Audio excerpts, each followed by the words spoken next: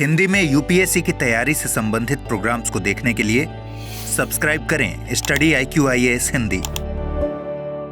Hello दोस्तों, स्वागत है आप सबका स्टडी IQ-IAS हिंदी पे। मैं ललिता दहिया। दोस्तों, नया मुद्दा चर्चा में है। फिलिस्तीन ने संयुक्त राष्ट्र का पूर्ण सदस्य बनने के लिए संयुक्त राष्ट्र सुरक्षा परिषद से पुनः अपील करने की बात की है।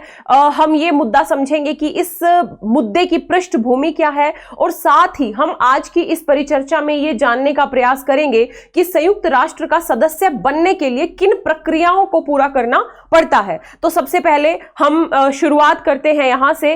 ध्यान रखिएगा, फिलिस्तीन ने साफ तौर पे संयुक्त राष्ट्र सुरक्षा परिषद को, जो 2011 का फिलिस्तीन का प्रस्ताव था, इस 2011 के प्रस्ताव के माध्यम से फिलिस्तीन ने संयुक्त राष्ट्र का पूर्ण सदस्य बनने की अपील दायर की थी संयुक्त राष्ट्र सुरक्षा परिषद के पास। इस अपील पर पुनः विचार करने के लिए कहा है। साथ ही संयुक्त राष्ट्र में जो फिलिस्तीन के दूत है मंसूर, उन्होंने बताया कि इनका उद्देश्य मध्य पूर्व पर 18 अप्रैल को, इसी आने वाली 18 अप्रैल को बैठक होने वाली है। इसमें मंत्री स्तरीय बैठक में निर्णय लेना था कि भाई इसी मंत्री स्तरीय बैठक में निर्णय ले लिया जाए हमारी सदस्यता के ऊपर। फिलिस्तीनियों का कहना है कि बेसिकली वर्तमान में 140 देश ऐसे हैं जो फिलिस्तीन को एक राज्य के स्तर पे मान्यता देते हैं, और इनका मानना है कि अब वो समय आ गया है जब इनको संयुक्त राष्ट्र की पूर्ण सदस्यता मिल जानी चाहिए। यहाँ पे ये मुद्दा महत्वपूर्ण इसीलिए भी है क्योंकि फिलिस्तीन और इजराइल के बीच में संघर्ष छिड़ा हुआ है, यूं कहे कि युद्ध छिड़ा हुआ है, और उस युद्ध के 6 महीने होने वाले हैं। तो ऐसे में जरूरी समझते हैं फिलिस्तीनी संयुक्त राष्ट्र की पूर्ण सदस्यता को।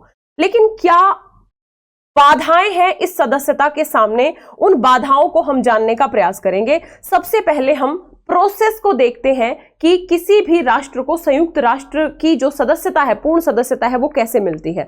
तो दोस्तों, यहां पे 3-4 चीजें हैं। सबसे पहले क्या करना होता है, जो भी संयुक्त राष्ट्र में शामिल होने वाले इच्छुक देश हैं, उन्हें संयुक्त राष्ट्र महासचिव को आवेदन प्रस्तुत करना होता है।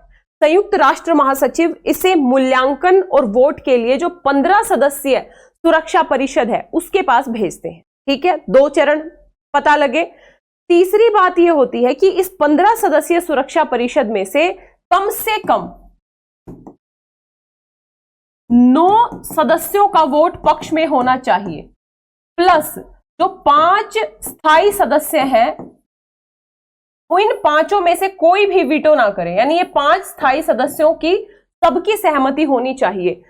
जब संयुक्त राष्ट्र सुरक्षा परिषद में ये प्रोसेस पूरा हो जाता है तो फिर ये जाता है बेसिकली महासभा के पास, और महासभा अगर अपने 2/3 बहुमत से इस प्रस्ताव को पारित कर देती है, तो जिस दिन ये प्रस्ताव पारित करती है उस दिन से ये पूर्ण सदस्य बन जाता है। ध्यान रखिएगा, सुरक्षा परिषद और महासभा दोनों को इसकी मंजूरी देना जरूरी होता है। हम एक चार्ट के माध्यम से इस पूरे प्रोसेस को समझ लेते हैं। ध्यान रखिएगा, सबसे पहले आवेदन करना पड़ेगा किसके पास? महासचिव के पास। महासचिव इसे 15 सदस्यीय सुरक्षा परिषद के पास भेजेंगे। सुरक्षा परिषद में यह जरूरी होता है, सुरक्षा परिषद इस पे विचार करेगी, प्लस वोट करेगी, और वोट कितना होना चाहिए? कम से कम 9 सदस्य पक्ष में वोट करें, और जो 5 स्थायी सदस्य हैं ये भी पक्ष में रहें, यानी इनमें से कोई भी सदस्य वीटो ना करे। तो ये माना जाता है कि सुरक्षा परिषद से यह प्रस्ताव पारित हो गया है। उसके बाद यह प्रस्ताव जाता है महासभा में, और महासभा यदि अपने 2/3 बहुमत से इस प्रस्ताव को पास कर देती है तो यह प्रस्ताव पास माना जाता है। कहने का अभिप्राय यह है कि संयुक्त राष्ट्र सुरक्षा परिषद और महासभा दोनों की सहमति जरूरी होती है किसी भी राष्ट्र को संयुक्त राष्ट्र का पूर्ण सदस्य बनाने के लिए। लेकिन फिलिस्तीन के आड़े क्या आ रहा है? सबसे पहले मैं यहां पे बताना चाहूंगी कि 2011 में जो आवेदन किया था फिलिस्तीन की ओर से कि भाई हमें संयुक्त राष्ट्र का पूर्ण सदस्य बना दिया जाए, इस आवेदन को जो पूर्ण बहुमत, जो 9 सदस्यों का एक तरीके से पक्ष में मतदान होना चाहिए, उस मतदान के क्राइटेरिया को फिलिस्तीन प्राप्त नहीं कर पाया था। यहाँ पे एक बात और गौर करने की है, यदि आप अंतरराष्ट्रीय संबंधों का थोड़ा सा ज्ञान रखते हैं तो इजराइल और अमेरिका के बहुत ही करीबी संबंध है, और यहाँ पे 2011 में भी अमेरिका ने इजराइल को इस बात के लिए आश्वस्त किया था कि भले ही संयुक्त राष्ट्र सुरक्षा परिषद के 9 सदस्यों का बहुमत जो है मिल जाए फिलिस्तीन को, तो भी हम वीटो कर देंगे, यानी हम नहीं शामिल होने, हम पूर्ण सदस्य नहीं बनने देंगे। अब ये मुद्दा उठता है कि अमेरिका का वर्तमान में क्या रुख है।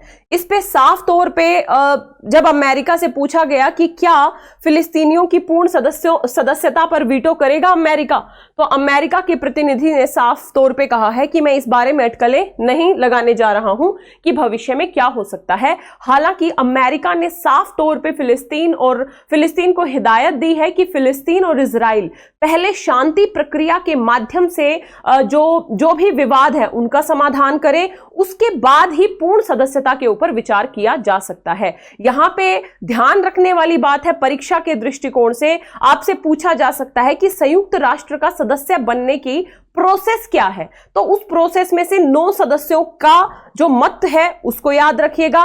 5 वीटो सदस्य, जो 5 स्थायी सदस्य हैं, सबकी सहमति अनिवार्य है, वो याद रखिएगा, और महासभा के 2/3 बहुमत द्वारा प्रस्ताव पारित होना चाहिए, वो याद रखिएगा। यहां पे यदि मैं भारत के स्टैंड की बात करूं तो भारत फिलिस्तीन का शुरू से शुभचिंतक देश रहा है, और शुरुआत में फिलिस्तीन को एक राज्य के तौर पे मान्यता देने वाले प्राथमिक देशों में से भारत एक रहा है। हालांकि वर्तमान में भारत इजराइल का क्योंकि बड़ा रक्षा भागीदार है, तो ऐसे में इजराइल का समर्थन हम बड़े स्तर पे कर रहे हैं। लेकिन यहां पे देखना होगा कि आने वाले समय में क्या फिलिस्तीन को पूर्ण सदस्यता मिल पाती है, जो कि कठिन है। कब तक कठिन है? जब तक अमेरिका फिलिस्तीन का समर्थन नहीं करेगा पूर्ण सदस्य बनने के तौर पे के स्तर पे, तब तक फिलिस्तीन का पूर्ण सदस्य बनना अपने आप में मुश्किल होगा। ठीक है, ध्यान रखिएगा। तो ये पूरी की पूरी न्यूज थी। यहां पे मैं ये नो वोटो वाली बात मैंने आपको बता दी है, ध्यान रखिएगा। अच्छा, एक बात और आप लोगों को अगर पता लगनी जरूरी है कि फिलिस्तीन संयुक्त राष्ट्र में गैर सदस्य पर्यवेक्षक राज्य की स्थिति इसको प्राप्त है। 2012 में पर्यवेक्षक दर्जे को इकाई से गैर सदस्य राज्य में अपग्रेड कर दिया गया था, यानी वर्तमान में जो फिलिस्तीन है वो गैर सदस्य राज्य पर्यवेक्षक के तौर पे जो यूएन है उसमें पार्टिसिपेशन करता है। ठीक है, ध्यान रखिएगा। तो आशा करती हूं ये परिचर्चा आपको अच्छी लगी होगी। यदि वीडियो अच्छी लगी हो तो वीडियो को लाइक और शेयर जरूर करें। साथ ही दोस्तों, यदि आप 2025, 26, 27 में यूपीएससी का अटेम्प्ट देना चाहते हैं और बेहतर तरीके से प्रिपरेशन करना चाहते हैं तो आप हमारे P2I बैच का हिस्सा बन सकते हैं। आज 4 अप्रैल है और आज इस बैच में एडमिशन लेने का अंतिम दिन है। यदि 2025 को लेके एकदम टारगेटेड हो तो फटाफट स्टडी IQ की ऐप या वेबसाइट पे जाइए, या इस वीडियो के डिस्क्रिप्शन बॉक्स में लिंक दिया होगा, उस लिंक पे जाके भी आप एडमिशन ले सकते हैं। एडमिशन लेने से पहले आपको कोड यूज करना है LDLIVE।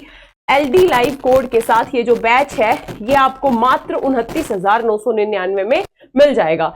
याद रखिएगा, यदि आप आज इस बैच में एडमिशन लेते हैं तो इस कोर्स के साथ आपको जो 18 किताबों का सेट है वो भी बिल्कुल फ्री ऑफ कॉस्ट मिल रहा है। साथ ही मुझे Telegram channel Lalita Dahiya academy, साथ ही इंस्टाग्राम, फेसबुक पे सेम नाम से है, यहाँ पे भी आप मुझे फॉलो कर सकते हैं। तो आशा करती हूँ दोस्तों क्लास अच्छी लगी होगी। इसी तरीके की नई नई वीडियो से जुड़ने के लिए जुड़े स्टडी IQ IAS हिंदी से।